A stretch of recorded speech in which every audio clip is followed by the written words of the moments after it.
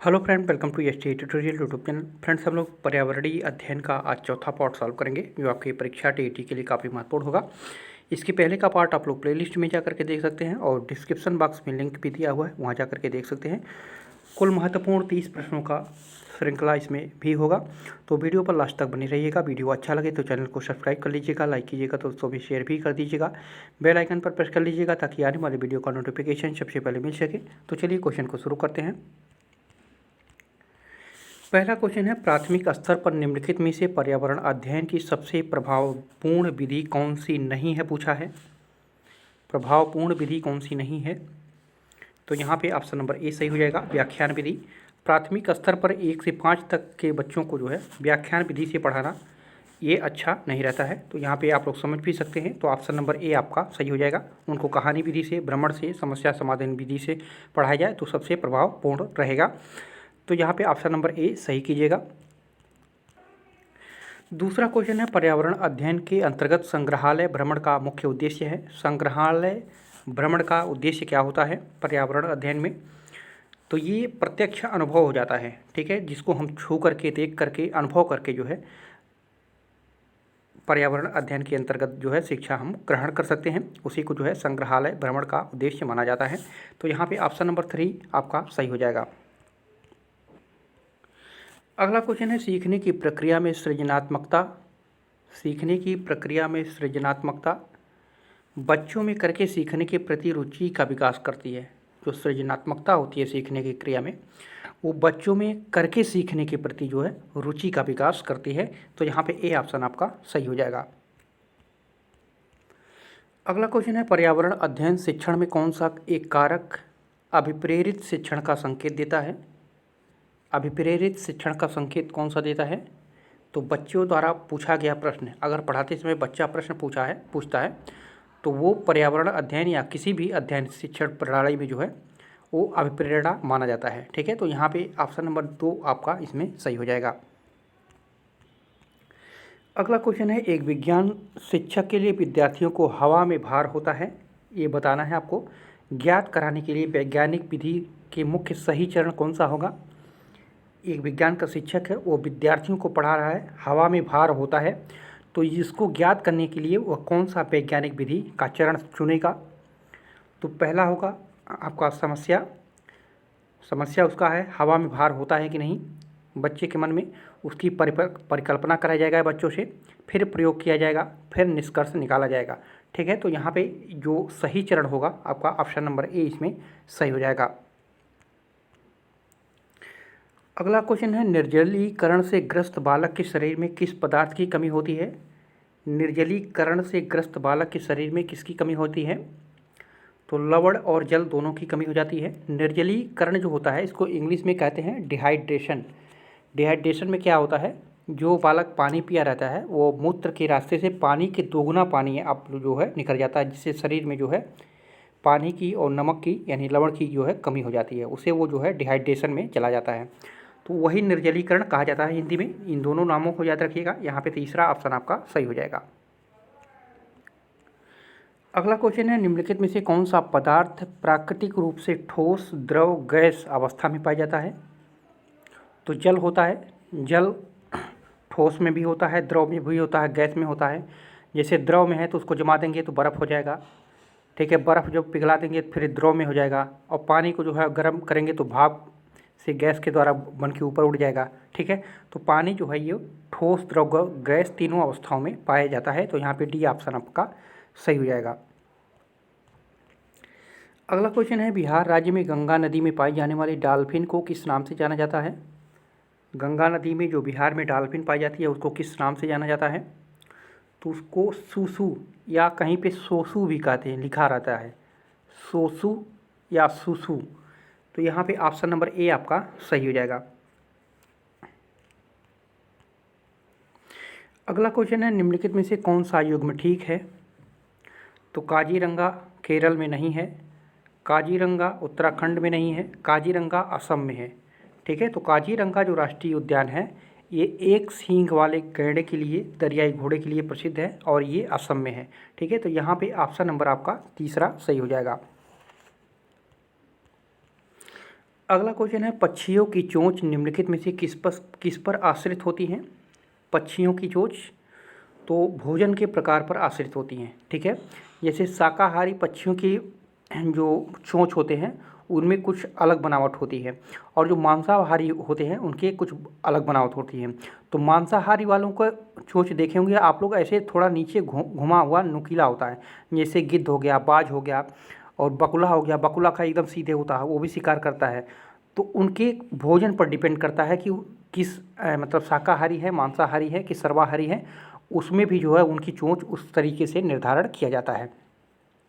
आप बाज का अगर देखेंगे चोंच, तो यहाँ पे सामने से थोड़ा सा नुकीला होगा, क्योंकि वो पशुओं के मांस को जो है खाते हैं, चीरते हैं, उसको फाड़ते हैं तब खाते हैं। तो उनके भोजन के प्रकार पर निर्भर करता है पक्षियों के चोंच। तो यहाँ पे तीसरा ऑप्शन आपका सही हो जाएगा। अगला क्वेश्चन है, खाद्य श्रृंखला के अनुसार मनुष्य निम्नलिखित में से कौन से वर्ग में आता है? मनुष्य तो शाकाहारी, एक तो एकदम शाकाहारी होते हैं, एक सर्वाहारी होते हैं, यानी शाकाहारी भी करते हैं और मांसाहारी भी करते हैं। तो यहाँ पे चौथा ऑप्शन आपका सही हो जाएगा। अगला क्वेश्चन है, संचार के लिए उपग्रह कहाँ स्थापित किए जाते हैं? उपग्रह जो भेजे जाते हैं सैटेलाइट के द्वारा, वो कहाँ पे स्थापित किए जाते हैं? तो ये धरातल से करीब 36,000 किलोमीटर की ऊंचाई पर जो है इसको स्थापित किया जाता है, ठीक है। तो यहाँ पे दूसरा ऑप्शन आपका सही हो जाएगा। अगला क्वेश्चन है, समाज की कौन सी इकाई में रक्त संबंधों का पाया जाना अनिवार्य है? तो परिवार में जो है रक्त संबंधों का पाया जाना अनिवार्य रूप से माना जाता है, ठीक है। तो यहाँ पे ऑप्शन नंबर ए आपका सही हो जाएगा। अगला क्वेश्चन है, भारत के राष्ट्रीय चिन्ह में स्थित चक्र में तीलियों की संख्या कितनी है? तो जो राष्ट्रीय ध्वज में चक्र बीच में लगा रहता है उसमें कुल 24 तिल्लियाँ होती हैं, आप लोग जानते भी होंगे। तो यहाँ पे तीसरा ऑप्शन आपका सही हो जाएगा। अगला क्वेश्चन है, पौधे में प्रकाश संश्लेषण द्वारा भोजन बनाने की प्रक्रिया में निम्नलिखित में से कौन सी ऊर्जा का प्राथमिक स्रोत है? तो ऊर्जा का प्राथमिक स्रोत होता है प्रकाश संश्लेषण में सूर्य का प्रकाश, ठीक है। तो यहाँ पे आपका तीसरा ऑप्शन इसमें सही हो जाएगा। अगला क्वेश्चन है, एक अच्छे परीक्षण की कौन सी विशेषता नहीं है? तो उत्तीर्ण करना ये अच्छे परीक्षण की विशेषता नहीं है। परीक्षण का जो थ्योरी दिया था क्लासमियर तथा गुडविन ने दिया था, और इन्होंने बताया था अच्छे परीक्षण में वैधता, विश्वसनीयता और व्यावहारिकता ये मुख्य रूप से पाया जाना चाहिए, ठीक है। यानी वैधता, विश्वसनीयता और वस्तुनिष्ठता ये पाया जाना चाहिए, और उसमें उत्तीर्ण करना ये शामिल नहीं किया गया है। तो अच्छे परीक्षण के जो गुण बताए थे क्लासमियर तथा गुडविन ने, तो उसमें वैधता शामिल था, विश्वसनीयता था, वस्तुनिष्ठता था, सुगमता था, मितव्ययिता था, मानवीकरण था, ठीक है। तो ये सभी अच्छे परीक्षण के विशेषता के रूप में उन्होंने बताया था। और एक था प्रतिनिधित्व, ये भी जो है अच्छे परीक्षण के विशेषता में शामिल किया गया था।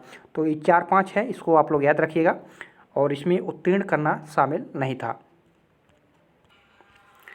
अगला क्वेश्चन है, निम्नलिखित में से एक दृश्य श्रव्य सामग्री है? दृश्य माने देखना और श्रव्य माने सुनना। तो टेप रिकॉर्डर से सिर्फ हम सुन सकते हैं, रेडियो से सिर्फ सुन सकते हैं, मॉडल को सिर्फ हम देख सकते हैं। यानी भ्रमण है, भ्रमण में हम देख सकते हैं और आवाज़ों को भी सुन सकते हैं, कोई बताने वाला हो या न बताने वाला हो किसी के द्वारा भी। तो भ्रमण है जो दृश्य श्रव्य दोनों में आ जाता है। तो यहाँ पे चौथा ऑप्शन आपका सही हो जाएगा। अगला क्वेश्चन है, पर्यावरण अध्ययन के अंतर्गत अपने आसपास के परिवेश को जानने का सबसे सरल माध्यम कौन सा है? अपने आसपास का परिवेश जानने के लिए तो अवलोकन, यानी देख करके, सुन करके, उसको अनुभव करके, इसके द्वारा जो है सबसे सरल माध्यम माना जा सकता है, ठीक है, अपने परिवेश को जानने के लिए। तो यहाँ पे दूसरा ऑप्शन आपका इसमें सही हो जाएगा। अगला क्वेश्चन है, पर्यावरण अध्ययन में उपचारात्मक आकलन का उद्देश्य है? उपचारात्मक आकलन का उद्देश्य क्या होता है? तो ये होता है छात्रों की शिक्षण अधिगम प्रक्रिया के दौरान छात्रों की शैक्षिक कमजोरियों को दूर करना। यानी शैक्षिक कमजोरियों को दूर करना ही क्या कहलाता है? उपचारात्मक आकलन कहलाता है। यह चाहे पर्यावरण के क्षेत्र हो या किसी क्षेत्र में हो, ठीक है। शैक्षिक कमजोरियों को दूर करना जो है वही उपचारात्मक आकलन होता है। तो यहाँ पे आपका दूसरा ऑप्शन इसमें सही हो जाएगा। अगला क्वेश्चन है, बीजों का अंकुरण के प्रभावी शिक्षण हेतु आवश्यक है। अगर आप पढ़ा रहे हैं बच्चों को बीजों का अंकुरण चैप्टर, तो प्रभावी बनाने के लिए उस शिक्षण को क्या जरूरत पड़ेगी? तो ये बीजों के अंकुरण के प्रयोग का विद्यार्थियों द्वारा प्रतिदिन अवलोकन कराना, यानी स्कूल में आप लोग किसी बीज को बो देते हैं, बो देना, ठीक है, उसको ज़मीन में लगा देना और प्रतिदिन बच्चों से आकलन कराना, वो जो है सबसे प्रभावी शिक्षण माना जाएगा। तो यहाँ पे चौथा ऑप्शन आपका सही हो जाएगा।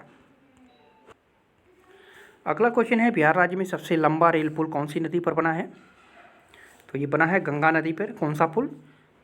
महात्मा गांधी सेतु, जो 5.7 किलोमीटर की लंबाई है इसकी, ठीक है। ये जो है पटना से हाजीपुर को जोड़ने के लिए जो है गंगा नदी पर बनाया गया है। तो यहाँ पे ऑप्शन नंबर ए आपका सही हो जाएगा। अगला क्वेश्चन है, मखाना की खेती के लिए देश का अग्रणी राज्य कौन है? मखाना की खेती के लिए, तो मखाना सबसे ज़्यादा बिहार में पाया जाता है, पैदा होता है। 88% मखाना जो है पूरे भारत का यहीं पे पैदा होता है। तो यहाँ पे तीसरा ऑप्शन आपका सही हो जाएगा। अगला क्वेश्चन है, एक रोगी को लगातार घाव से रक्त बह रहा है, रोगी को कौन से विटामिन की कमी के द्वारा लगातार रक्त बह रहा है? तो यहाँ पे विटामिन के क्या होता है कि रक्त को थक्का करता है। अगर विटामिन के की कमी रहेगी शरीर में तो जो है रक्त में थक्का नहीं जमेगा और वो जो है बार बार ब्लड जो है बाहर आ जाएगा, ठीक है। और विटामिन के क्या है? ये वसा में घुलनशील विटामिन है, इसको भी आप लोग याद रखिएगा। तो यहाँ पे ऑप्शन नंबर ए आपका सही हो जाएगा। अगला क्वेश्चन है, प्लेग नामक रोग कौन से जीव के द्वारा फैलाया जाता है? प्लेग नामक रोग, तो प्लेग जो है ये चूहा से फैलता है, चूहा से जो है प्लेग नामक बीमारी फैलती है। तो यहाँ पे आपका ऑप्शन नंबर चौथा इसमें सही हो जाएगा। अगला क्वेश्चन है, निम्नलिखित में से कौन सा युग्म ठीक नहीं है? तो खनिज तेल बायोगैस नहीं होता है, ठीक है। खनिज तेल जो है ये एक प्राकृतिक पदार्थ है, ठीक है, ये एक प्राकृतिक पदार्थ है, बायोगैस नहीं है। और जैव कचरा बायोगैस है, पशु मल जो है ये भी बायोगैस में आ जाता है, मानव मल ये भी बायोगैस में आ जाता है। तो यहाँ पे सही नहीं है पूछा है, तो यहाँ पे ए ऑप्शन आपका सही हो जाएगा, क्योंकि खनिज तेल जो है ये प्राकृतिक पदार्थ के रूप में जाना जाता है। अगला क्वेश्चन है, निदानात्मक परीक्षण का उद्देश्य क्या होता है? निदानात्मक यानी निदान करना, वैसे ही आपको दिख रहा है। तो निदानात्मक परीक्षण का उद्देश्य होता है छात्रों की विशेष अधिगम संबंधी समस्याओं का पता लगाना, ठीक है। छात्रों में सीखने की क्षमता का कह सकते हैं कि पता लगाना, वही क्या होता है? निदानात्मक परीक्षण होता है। तो यहाँ पे ऑप्शन नंबर ए आपका इसमें सही हो जाएगा। अगला है, पर्यावरण अध्ययन का प्रमुख उद्देश्य क्या होता है? तो पर्यावरण अध्ययन का उद्देश्य होता है पर्यावरण से सामंजस्य बनाना, जीव संरक्षण करना, प्रदूषण उन्मूलन करना, इनमें सभी। तो यहाँ पे डी ऑप्शन आपका सही हो जाएगा। पर्यावरण अध्ययन का सभी जो है ये उद्देश्य माने जाते हैं। अगला क्वेश्चन है, निम्नलिखित में से कौन एक वैज्ञानिक दृष्टिकोण का गुण नहीं है? नहीं पूछा है प्रश्न में, वैज्ञानिक दृष्टिकोण का गुण नहीं है। तो अंधविश्वास में रुचि, वैज्ञानिक जो है अंधविश्वास में रुचि नहीं लेता है, ठीक है। निष्पक्षता, उदारमति, कारण तथा तथ्य में विश्वास, इस सभी में होता है। वैज्ञानिक जो होगा वो कभी भी अंधविश्वास में रुचि नहीं लेगा, उसको करके देखेगा, उसको परखेगा, तभी वो अपना मानेगा। यहाँ पे चौथा ऑप्शन आपका इसमें सही हो जाएगा। अगला है, पर्यावरण अध्ययन में सतत एवं व्यापक मूल्यांकन का प्रमुख उद्देश्य है। तो सतत एवं व्यापक मूल्यांकन का जो उद्देश्य होता है वो परिणामात्मक होता है, ठीक है, परिमाणात्मक होता है, परिणामात्मक। तो यहाँ पे दूसरा ऑप्शन आपका सही हो जाएगा। अगला क्वेश्चन है, पर्यावरण अध्ययन की कौन सी विधि को वैज्ञानिक विधि के रूप में मान्यता है?